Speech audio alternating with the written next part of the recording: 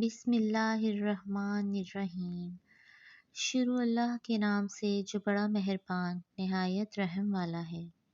رسول اللہ صلی اللہ علیہ وآلہ وسلم نے سوال کیا، کیا تم لوگوں کو معلوم ہے کہ مفلس کسے کہتے ہیں؟ صحابہ رضی اللہ تعالیٰ عنہم نے عرض کیا، اللہ کے رسول، ہمارے یہاں مفلس اسے کہتے ہیں جس کے پاس درہم و دینار اور ضروری سامان زندگی نہ ہو۔ رسول اللہ صلی اللہ علیہ وآلہ وسلم نے فرمایا، ہماری امت میں مفلس وہ شخص ہے جو قیامت کے دن روزہ، نماز اور زکوٰۃ کے ساتھ اس حال میں آئے گا کہ اس نے کسی کو گالی دی ہوگی، کسی پہ تہمت باندھی ہوگی، کسی کا مال کھایا ہوگا، کسی کا خون بہایا ہوگا اور کسی کو مارا ہوگا۔ پھر اسے سب کے سامنے بٹھا دیا جائے گا اور بدلے میں اس کی نیکیاں مظلوموں کو دے دی جائیں گی۔